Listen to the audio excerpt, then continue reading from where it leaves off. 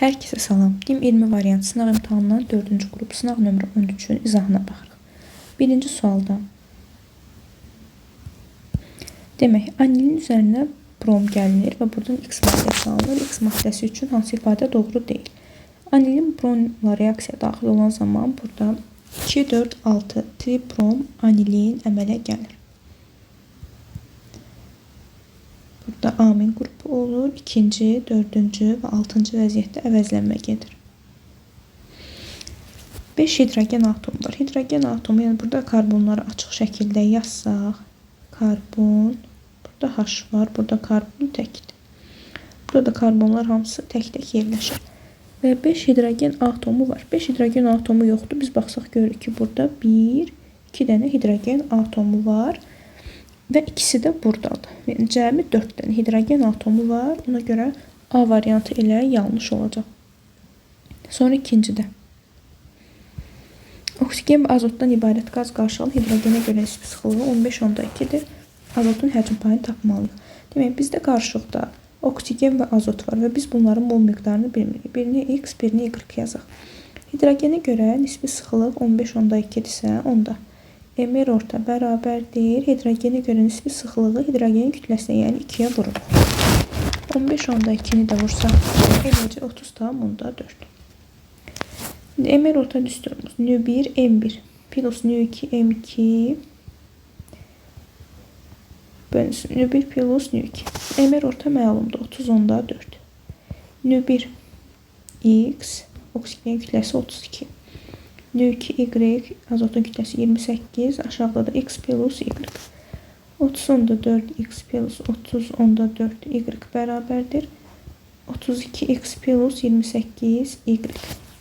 30.4-dən 28 çıxsaq 2.4 Y bərabərdir. Yəni 2.4 X-ə. Daha doğrusu 1.6 X-ə. Buradan da 2.4'ü 1.6'ya bölsəyə alırıq ki, 1.5 Y bərabərdir X-ə. Demək, bizim ilkin qarşılığımızda X üçün tapdıq ki, 1.5 Y-ə bərabərdir. Yerinə yazırıq. Azotu da elə Y olaraq saxlayırıq. Azotun həcm payı dediyi üçün sürətdə azotu, məxrəcədə ümumi həcmi yazırıq ki, onda 5 Y vururuq da 100-ə. Y-lər ixtisar gedəcək. Buradan da qalacaq 40. Sonra üçüncü sual. Presipitat və 2 qat superfosfat. Bunların alınmasında istifadə olunan maddələr. Presipitat, kalsiyum hidroortofosfat vurulsun 2 molekülsü.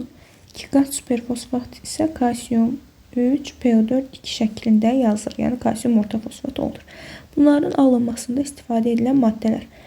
Demək, kalsiyum karbonat presipitatın alınmasında istifadə olunur. Kalsiyum ortofosfat. Bu 2 qat superfosfatdadır. Sonra gəlir ortofosfat tursa, bu hər ikisinin alınmasında istifadə olunur. Və ən son kalsiyum hidroksid də yenə presipitatdadır. Olacaq 1, 4, 2, 3, Y variantı. 4-də su və metan üçün ümumi olan nədir? Su H2O, metan CH4. Valent bucağı. Suda 104 dərəcə 5 dəqiqə. Metanda isə 109 dərəcə 28 dəqiqədir. Yəni bu ümumi deyil. Hibrid orbital sayı. Suda oksigen sp3 hibrid vəziyyətindədir. Bu olur 4 dənə hibrid orbitalı. Burada da karbon sp3'dür. Bu da 4 hibrid orbitalı. İkincisi ortaq xüsusiyyətdir. Molekulunda sigma rabitələrin sayı. Metanda hidrogenin sayı qədər olacaq 4 sigma rabitə. Amma su üçün isə bu formada çəksə 2 dənə sigma rabitə var. Bu ortaq olmadı. Bərk halda kristal qəfəsin tipi. Hər ikisi bərk halda molekulyar kristal qəfəs əmələ gətirər. Ona görə olacaq 2, 4. Hansı duzlar suda məhlulda? OH mənfi, H müsbətdən böyükdür. Yəni, belə deyək də qələvi mühit olanları seçməliyik. Burada natrium qüvvətli metal olduğundan birincidə natrium 2S-də. Onun əmələ gətirir. Yəni, bu zaman mühit olur bu duzda. Çünki turşumuz sulfit turşudur, o zəifdir. Mühit olur qələvi mühit. Qələvi mühitdə də OH H-dan böyük olur. Kalium karbonatda da həmçinin. Burada qüvvətli olan tərəf əsas olan tərəfdir. OH H-dan böyük olur. Amma sink xloriddə turşu olan hissəsi böyük olduğundan, yəni mühit turşu olduğundan HOH-dan böyük olur. Eyni qayda üzrə 4-cüdə də mühit turşudur, HOH-dan böyük olacaq. Ona görə 1-2 olacaq. Sonra 6. Alkin molekulunda proton sayı 46-dır. Alkinlərin ümumi formu CnH2-2. Proton sayını tapanda proton sayını vururuq indeksinə. 6n plus 2n-2 bərabərdir 46. Buradan da n bərabər olacaq 6-ya. Molekulunda bir asimetrik karbon atomu varsa, beynəlxalq nomenklaturaya əsasən adlandırmalıyıq. Demək, əgər asimetrik karbon atomu varsa, demək bir karbonu 4 tərəfdən müxtəlif radikallar birləşməlidir. Və elə eləməliyik ki, ümumi karbon sayımızda 6 dənə olsun. Bura H yazaq, burada CH2, CH3. Həqiqətən də bu karbona 4 tərəfdən müxtəlif radikallar birləşibdir. Bunu nömrələsək, təbii ki, 3 qatın yaxın olduğu tərəfdən 1, 2, 3, 4, 5 adı olur 3 metil, pentil, 1 C variantı. Sonra 7-də. 2 mol kalium hidroksid sulfat turşusu ilə qarşılıqlı təsirdə olur. Alınır kalium sulfat, 2 molekul su. İstilik effekti də 340 kJ. Kalium hidroksidin əmələ gəlmə istiliyi 426-da. Əmsalına da vururuq. Sulfat turşusu 810. Kalium sulfat X, su da əmsalına da vururuq. 2 vur 286. İstilik effekti bərabərdir. Məhsulların əmələ gəlmə istiliyindən 2-ni 286-ya vursaq, 572. Çıxırıq. Başlanğıc maddələrin əmələ gəlmə istilikləri cəmi. 426-ını da vururuq 2. 852 plus 810.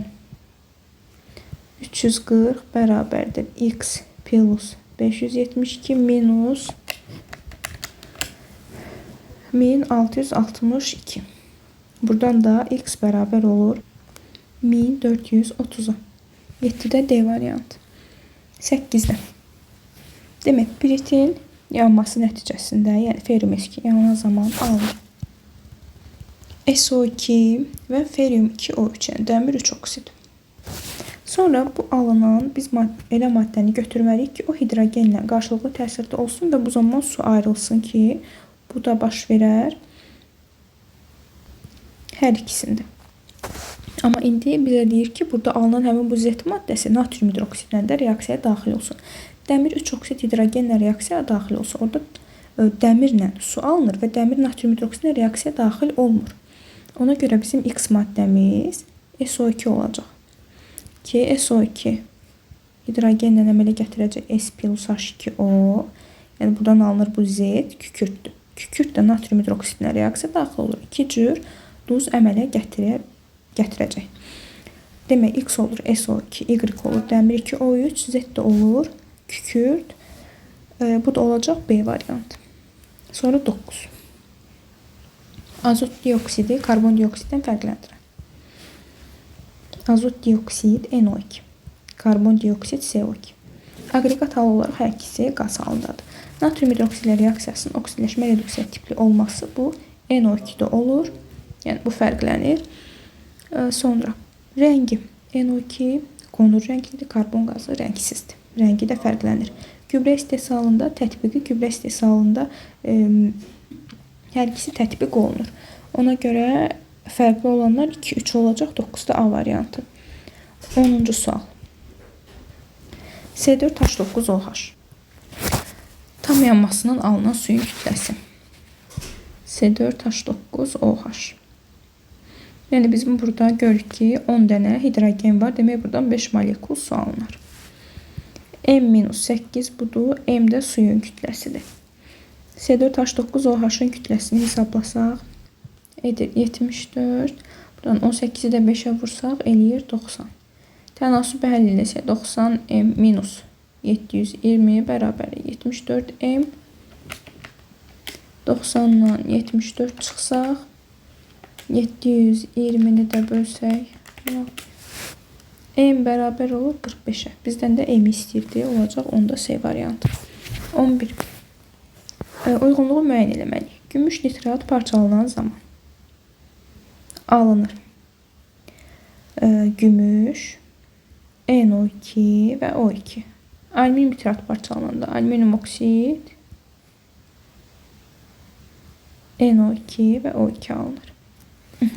İndi turşu oksidi alınır. Turşu oksidi hər ikisindən alınır. Yəni bu ortaq xüsusiyyətdir. 3 elementin oksidaşma dərəcəsi dəyişir. Bunu biz görəcəyik birinci reaksiyadan. Burada gümüş müsbət 1, azot müsbət 5, oksigen mənfi 2. Gümüş gəlir 0-a, azot gəlir müsbət 4, oksigen gəlir 0-a. Yəni 3 elementin oksidaşma dərəcəsini dəyişir. Amma digərində yalnız azotla oksigen dəyişir. Bu aid olacaq birinci. 1 molundan 0,75 mol oksigen alınır. Baxsaq birinci reaksiyada. Gümüşdə 3 oksigen var. Burada da 0,5 atsaq cəmi 3 olur alınanların içərisində oksigen. Yəni burada 1 molundan elə 3 dənə oksigen alınır. İndi 1 moluna 0,75 deyir. Burada gör ki 9 dənə oksigen var. Yəni birinci reaksiyadan görürük ki 1 molundan 0,5 mol oksigen alındı. Amma ikinci reaksiyada tərəfləri bərabərləşdirsək 9 dənə oksigen buradadır. Bu tərəfində 9 olması üçün bura 0,5 yazıq ki alüminium 1 dənə olsun. 1,5 burada. Azotun qarşısına 3 yazırıq. 6'sı burada elədi 7,5.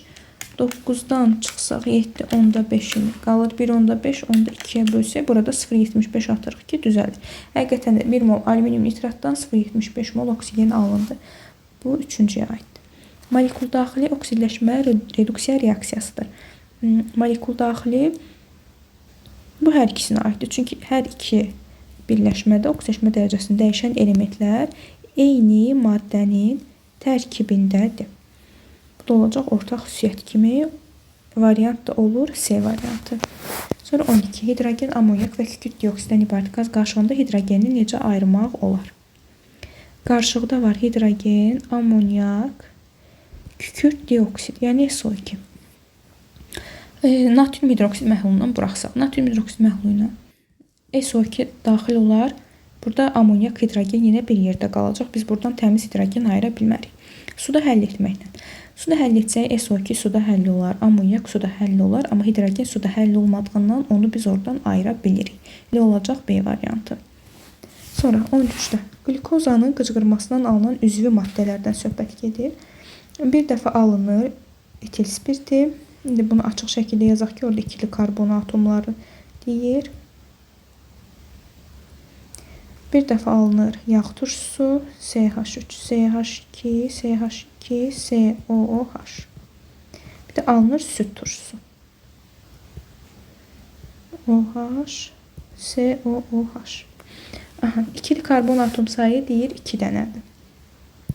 Burada görürük ki, birinci maddədə bu da birli karbondur, bu da birli karbondur. Yəni bir karbonun əlaqələndikləri üçün. Bu birlidir, bu ikilidir, bu ikilidir. Burada 2 də var. Bu da birlidir. Sonra bu birli, bu ikili, bu da birlidir. İkili karbon sayı 2 dənə olan olacaq burada. 1 dənə olan olur Y, ümumiyyətlə olmayan olur Z. İndi uyğunluğu müəyyən etməliyik. X olacaq yağ turşusu, Y olacaq süt turşusu, Z də olacaq etil spirti. Yəni 2, 1, 3, Y variantı. 14. Bir əsaslı karbon turşusu.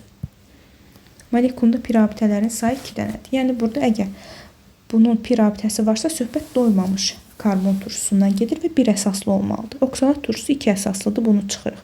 Qaldı metakril, linol, olein turşusu. Metakril turşusu CH2, CH, COH-dur. Bu həqiqətən də bir əsaslı karbon turşusudur və amma bunun bizə deyir 2 dənə pirabitəsi olsun. Aha. Hə, demək metakril deyirsə bura yazırıq. Bir də metil qrupu da var. Mənim akrillə. Aha, belə yazırıq. Bir də COH-ı açıq şəkildə yazsaq biz burada yenə pirabitənin birini də görürük. 2 dənə pirabitəsi var və bir əsaslı karbon turşusudur. Bu uyğun gəlir. İndi qaldı linol və olein turşusu. Linol turşusu C17H31 COH-dır. Oleyin turşusu isə C17H33COOH-dır. Bir COH hissələrində zaten pi rabitələri var. Biri buradan. Linen turşusunda 2 dənə 2 qat rabitə var. Ona görə bunların da hərəsindən bir pi, burada cəmi olur 3 dənə pi rabitə. Amma oleyin turşusunda bir dənə 2 qat rabitə var tərkibində. Bir pi buradan, bir də karboksildən, bunda olur 2 dənə pi rabitə. Ona görə cavab olacaq 1, 4, B variantı. 15-də kapron lifi molekul elementar halqasında karbonun kütləsinin oksigenə olan nisbətini tapmalıyıq. İlk olaraq kapron lifinin quruluşunu çəksək. NH2, CH2-dən 5 dənə COH. Karbon, 5 dənə karbon burada, biri burada. 6 karbon var. 6 karbonun da kütləsi 72-dir. Oksigen isə 2 dənədir, o da olur 32. 72-ni də bölsək 32-yə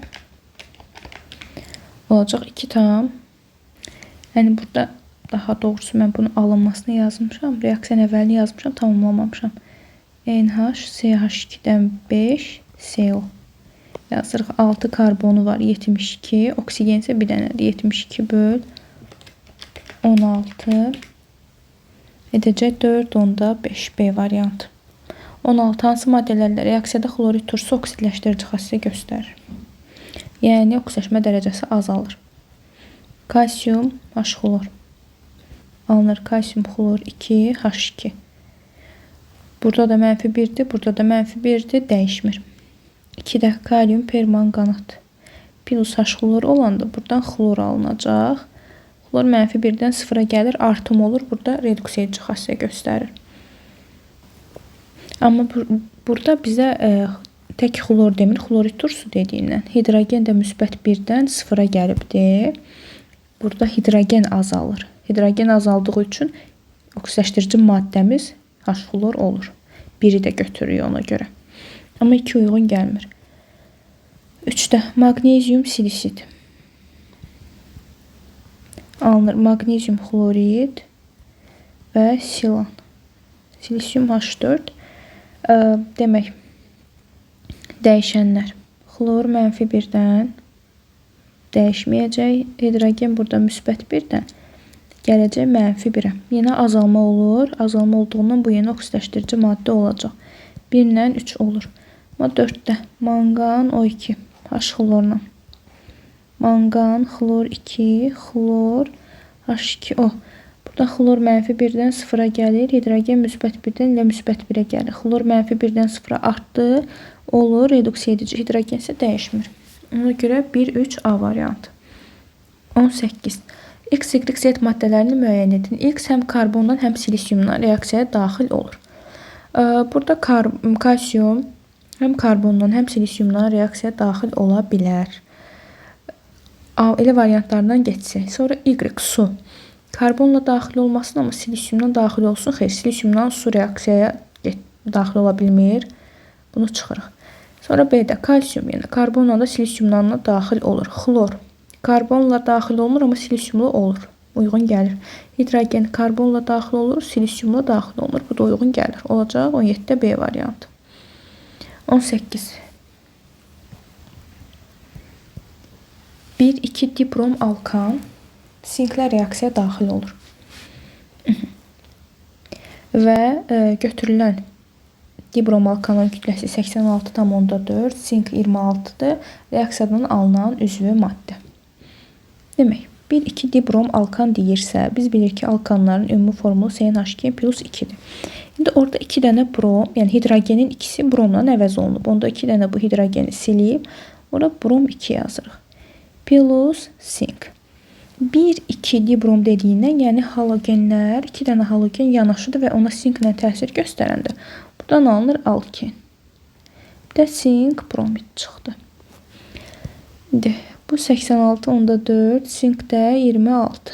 Sink 65, bu da 14 plus 160. N də bərabər olur 4-ə. Demək, reaksiyadan alınan üzvü maddəmiz C4 H8 imiş. Yəni molekulda karbon atomlarının sayı 4-ə bərabərdir. 18-də B variantı. 19. Hansı reaksiyalar doğru deyil? Birincidə metan 1500 dərəcədə qızdırdıqda orada C2H2 alınır. Bu səhvdir. Metanın üzərinə su gəlsə CO plus H2 bu düzdür. Buradan sintez qazı alınır. Sonra metan 1000-dən yuxarı C2H2 plus H2 bu səhvdir. Buradan karbon alınacaq. Dördüncü reaksiyada doğrudur. Olacaq 1,3C variantı. 20-də. Magnezium oksid və XO verilib. Bunlar hər ikisi xlorid turşusu ilə reaksiyaya daxil olur. Magnezium O plus H xlor alınır. Magnezium xlor 2 plus H2O. Əmsallaşdırdıq. XO plus H xlor alınır. X xlor 2 plus H2O.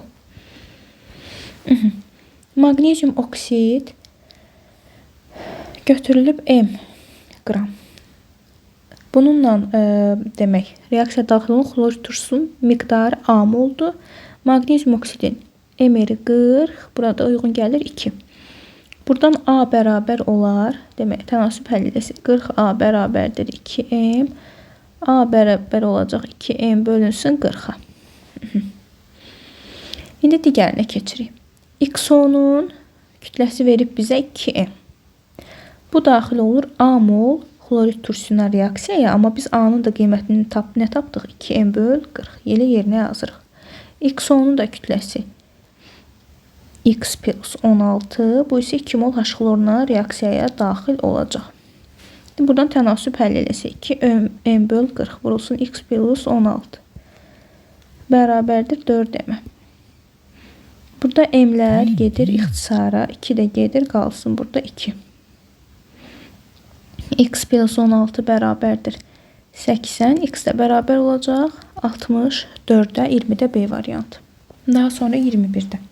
Gümüş X-lə sarımtıl rəngli çöküntü əmələ gətirir. Demək, gümüş bromla sarımtıl çöküntü əmələ gətirir. Yodla sarı xlorla ağ çöküntü əmələ gətirir. Yəni, yerləşmə ardıcıllığı belə olur. Yuxarıda Z, yəni xlor. Sonra X, yəni brom, ən sonunda yod. Y, yəni yod. Demək, görürük ki, reaksiya daxil olan kütlələr, halogenlərin kütləsi bərabərdir. Halogenin kütləsi bərabərdirsə, bu zaman hansının kütləsi azdırsa, onun reaksiya daxil olduğu natriumun mol miqdarı daha çox olur. Yəni, tərs asılıdır. Hansı halogenin kütləsi çoxdursa, onunla reaksiyaya daxil olan natriumun miqdarı az olur. Bizdə də görürük ki, ən az kütlə xlordadır. Onda Z-ə aiddir N3, X-ə N1, Y-ə N2. Xlorun kütləsi ən azdır. Onun reaksiya daxil olduğu natriumun mol sayı daha çox olar. Sonra N1, sonra da N2. Bu da olacaq B variantı. Sonra 22-də X maddəsi molekulunda 2 metilin qrupu varsa Z-i müəyyən edin. Glikoz da qıcqırır. Bu zaman alınır etil spirti C2H5OH. Sonra o xlorla qarşılıqlı təsirdə olduqda CH3, CH2OH plus xlor 2. Burada bizə hansı maddəyə qıcqırdığını demir. Burada əslində glikozdan qıcqırması 3 istiqamətdə gedir. Bunlardan xlorla qarşılıqlı təsirdə olacaq. Gələk, burada da amonyakla sonra reaksiya daxil olursa, onun tərkibində karboksil qrupu var. Onda burada butan turşusuna qıcqırmadan söhbət gedir. CH2, COH. İndi bu xlorla qarşılıqlı təsirdə olan zaman hidrogen gəlir karboksil qrupunun birləşdiyi karbondakı hidrogendən çıxır.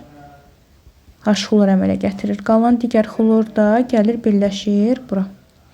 Sonra bu amonyakla qarşılıqlı təsirdə olur. Buradan NH4 xlor ayrılıbdır.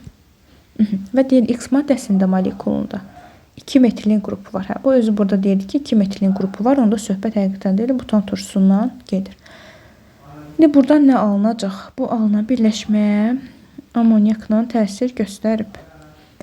Təbii ki, NH4 xlor buradan çıxır. Və 2 dənə amonyak var axı. Amonyaklardan, NH3-lərdən biri gəlir bu xlorla. Digəri isə gələcək həmin xlorun çıxdığı yerə birləşəcək. CH3, CH2, NH2. Buradan da COH olacaq. Bu da uyğun gəlir C variantına. Sonra 23. Həcmi 1 litr olan kolbada aparılan reaksiya üçün 8 mol N2O4 götürülmüşdür. N2O4 alınır buradan 2NO2. 8 mol N2O4 götürülüb. Demək, əmsalı qədər məhsul formada sərf olunur. Qalır 8 minus x tarazlanır. Yəni başlanğıcda 8 idi. X-i sərf olunur. Tarazlıqda da 8 minus x qalır. İndi NO2-nin də tarazlığı bir-iki məhsulun başlanğıcı və sonu olmur. Yəni o sıfıra bərabərdir. Bu sadəcə olaraq sonda alınır. Yəni tarazlıq halı var. Bunda biz sərf olunanı əsasən tapırıq ki, 1 N2O4-dən 2 NO2 alınırsa, x-indən də alınacaq. Elə 2x. Tarazlıq anında 12 mol qaz qarışığı olarsa, yəni 8 minus x plus 2x bərabər 12, x ilə bərabərdir 4-ə. İndi tarazlıq sabitini hesablamalıyıq. Yerinə yazsaq 2 vur 4, bu olur 8. Bu da 8 çıx 4 olacaq 8. K bərabərdir. K-nı tapanda məhsulun tarazlıq qatılığını bölürük başlanğıc maddələrin tarazlıq qatlıqları hasilinə və əmsal da üst kimi gəlir. Digəri isə CN2O4. NO2-nin tarazlıq qatlıq 8-dir kvadratı, N2O4 də 4-dür. Buradan da bərabər olacaq 16-ya. Sonra 24. Natrium hidroksid məhlulu verilib. Qatılığı 0,5 və 2,5 olan və x olan qarışdırılır. 3 molyar natrium hidroksid məhlulu alınmışdır. Buna əsasən x-i hesablamalı. Demək, düstura əsasən gedirik. C1, V1 plus C2, V2 C3, V3 bölünsün V-lərin cəmi bərabərdir C sona. C1, V1 0,5 vurulsun. Həcmi də V-dir hamısında. V. Plus C2, 2,5'dir. Vururuq V-yə. C3, X-dir. Vururuq V-yə. Aşağıda həcmlərin cəmi 3V. C sonda olur 3. 0,5 və 2,5 və eləcə 3V plus Vx bərabərdir 9V. 6V bərabərdir Vx. V'lər gedir. X bərabər olur 6'ya. 25. Cod suyun həcmi verilib. Suyun 1 litrində kalsium xloridin kütləsi və suyun codluğunu aradan qaldırmaq üçün lazım olan natrium ortofosfatın kütləsi də məlumdur. Reaksiyamız, yəni kalsium xlorid natrium ortofosfatla reaksiyaya daxil olur. Bizə lazımdır cod suyun həcmi. Buradan da alınır natri xlor və kalsium ortofosfat. Sonra əmsallaşdıraq. Bura 3, bura 2, burada 6 yazsaq düzəlir. Demək, bizə verilib ki, suyun codluğunu aradan qaldırmaq üçün 32,8 qram natrium ortofosfat lazımdır. Bəs bu zaman görək, yəni burada verilən kalsium xlorid suyun 1 litrində olan kalsium xloridin kütləsidir. Bəs görək bu 32,8 qram natrium ortofosfat nə qədər kalsium xloridlə reaksiyaya daxil olur? X yazaq. 3-ünə də 2 vurulsun natrium ortofosfatın ml olacaq 164. Buradan da x bərabər olur 0,3'ə. Demək, bizə verilən bu 22,2. Onu biz mola çevirək. Mola çevirmək üçün ml-nə bölürük. Eləyir 0,2 mol. Bu 0,2 mol 1 litrdə olan kalsium xloridin kütləsidir. 0,2 moldur. Bəs görək bu 0,3 mol nə qədər cod sudadır. Cod suyun indi biz həcmini tapmalıyıq buna əsasən. Buradan da x olacaq 1,5. Sonra 26. Hansı maddələr kalium hidroksid spirtə məhlulu ilə alkin əmələ gətirir? Demək, alkin əmələ gətirmək üçün gələk halogenlər yanaşı yerləşsin, yaxud da ki, eyni karbon atomuna birləşsin. Biz də bunu görürük ki, burada. Və götürülən alkanın tərkibində də halogenlər 2-dən olmalıdır. 2-3 dixlor butana biz təsir göstərsək ala bilərik. Çünki burada halogenlər yanaşı yerləşir. Birdən olar. Amma ikincidə 1,4 dixlor butan deyir. Burada artıq biri 1-də, biri 4-dədirsə, buradan alkadiyen alınacaq. Sonra 3-də 2 xlor butana təsir göstərsək, buradakı xlorları silsək, bir halogeni törəməyə təsir göstərəndə buradan alken alınır. Bu da uyğun gəlmir. Amma 4-də də yenə 2 dənə halogeni var. 2 dixlor deyir. Halogenlər eyni karbon atomuna birləşib. Bu zamanda biz alkin ala bilərik. Olacaq 1, 4. 27. Atomların normal halı üçün uyğunluğu müəyyən edin. Manqan 25. 25 üçün yazsaq 1s2, 2s2, 2p6, 3s2, 3p6, 4s2, 3d5. Sonra fosfor 15'dir. 1s2, 2s2, 2p6, 3s2, 3p3. Sink 30. 1s2, 2s2, 2p6, 3s2, 3p6, 4s2, 3d10. Burada deyir 6 qoşalaşmamış elektronu var. Yəni 6 dənə tək elektronu var. Bu indi görək hansına uyğun gələcək. Biz baxırıq ki, həmişə tək, yəni qoşalaşmamış tək elektron deməkdir. Bunun üçün sonluğa baxırıq. Çünki əvvəldən hamısı orbitallar tam dola-dola gəlir. Bunu da sonluqlarını belə ayırsaq. Burada bu 5 dənə tək yerləşir. 5 elektron. Qalan 4s2 cütdür. Əvvəldə hamısı cütdür. Burada 5 tək elektron oldu. Burada tək ancaq buradadır 3 dənə. Amma sinkdə ümumiyyətlə tək elektron yoxdur. Yəni 6 qoşalaşmamış elektron heç birində olmur. Bu heç birinə uyğun gəlməyəcək A variantı. Sonra P orbitallarında olan elektronlar bütün elektronların 60%-ni təşkil edir. Burada nə qədər P elektronumuz var? 6, 6, 12 dənə. Ümumidə 25'dir. 12, 25'in 48%-ni təşkil edir. Burada 3, 6, 9 dənədir. 9, 15'in. 100'ə də vururuq faiz dediyi üçün 60%-ni təşkil edir. Burada P elektronumuz 12 dənədir. Ümumi elektron sayımız 30'dur. 12, 30'un 40%-ni təşkil edir. Bizə lazım idi 60% təşkil edən B variantı. Bu uyğun gəlir fosfora. Sonra D variantında da deyir ki, P elektronları bütün elektronların 40%-ni təşkil edir. Bu oldu sinkdə. B və D getdi. A-da heç birinə uyğun gəlmədi. Qoşalaşmamış elektronlar bütün elektronların 20%-ni təşkil edir. Manqanda biz tapdıq. Manqanın 5 tək elektronu var. Ümumi elektronda 25'dir. 5, 25'in 10%-ni təşkil edir. Bu uyğun gəlmədi. Sonra burada 3, fosforda 3 tək elektron var. Ümumi 15'dir. 3, 15'in 20%-ni təşkil edir. Bu uyğun gəlir fosfora. Bir dənə qaldı Y variantı. 5 qoşalaşmamış elektron var. 5 dənə qoşalaşmamış elektron olan manqanda oldu. Bu da uyğun gəlir bura. 1'ə Y, 2'ə B, C, 3'ə D. Sonra situasiya sualları. X doymuş bir atomlu spirtlərin homoloji sırasının ilk nümayəndəsidir. Yəni X olacaq CH3OH. Metil spirti. Y doymuş aldehidin 5 mol suda həll olmasından 25%li məhlul alınır. Z maddəsinin suda məhlulu karbol turşusu adlanır. Demək Z olacaq fenol. Fenol başqa adı karbol turşusudur. Z bromlu suyu adi şəraitdə rəngsizləşdirir. Bu olur birinci reaksiya. İndi bir sırayla gedək. 28'də görə bizdən nə istəyir?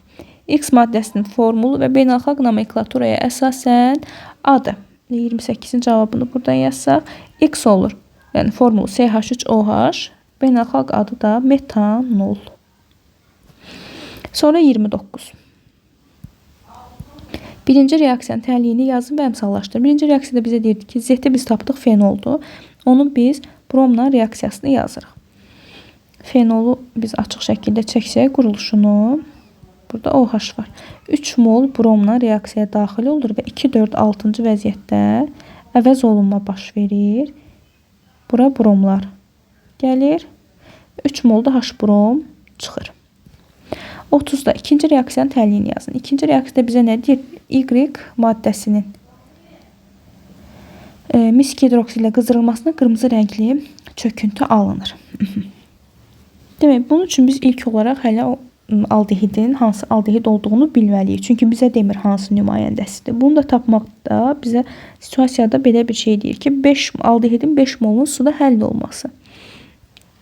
5 mol suda həll olmasına daha doğrusu. Demək, aldehidin kütləsini biz x götürək. 5 mol da suda həll olunur. 5 mol su 5 vur 18 90 qram deməkdir. Və bu zaman 25%li məhlul alınır. 100x bərabərdir 25x plus 25-i də vursaq 90-a 2250 bölürük 75-ə x bərabər olur 30-a.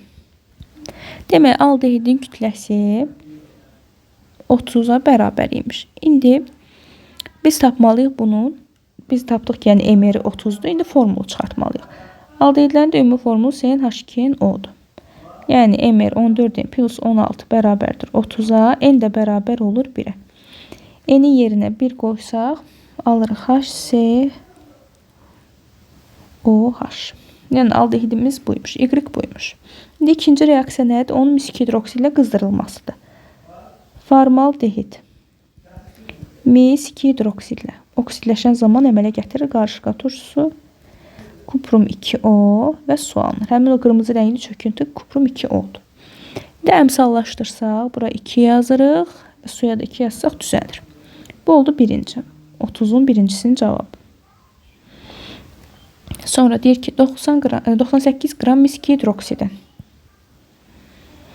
Aldehidlər reaksiyasının alınan üzvü maddənin kütləsini hesablayın. Alınan üzvü maddə qarışqa turşusudur. Görək nə qədər qarışqa turşusu alınacaq.